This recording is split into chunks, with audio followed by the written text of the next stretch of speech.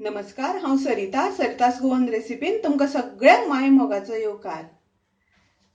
तर आज चिबूड आणि फोव घालून एक स्वीट डिश करता। हे हांवें चिबूड घेतला आणि ताचे बारीक कुडके करून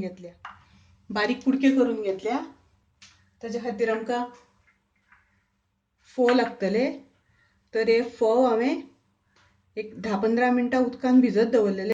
तशेंच आमकां थोडे गोड लागतले, थोडी वेलचीची पावडर, तशेंच आमकां चवी पुरते मीठ लागतले।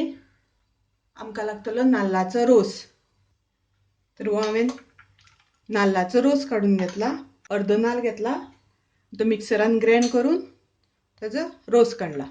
आता सगळ्यात पयलीं आमी हे बाउल एक घेवया, तातूंत आमी गोड घालून घेवया आनी नाल्लाचो रोस।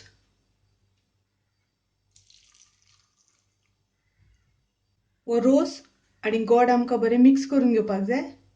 तातूंतले गोड आसा ते सगळे तातूंत मिक्स जावपाक जाय। नाल्लाच्या रोसान गोड मिक्स जाला। आता आमी तातूंत घालुया फोव घालून मातशें मिक्स करून घेवपाक जाय।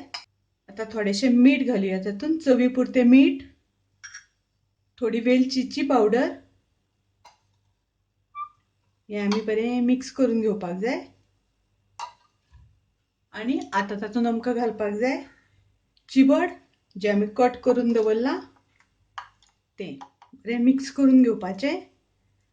आणि चिबडाचें रसायण तयार आसा। चिबूड आनी फोव घालून स्वीट डिश आमची रेडी आसा।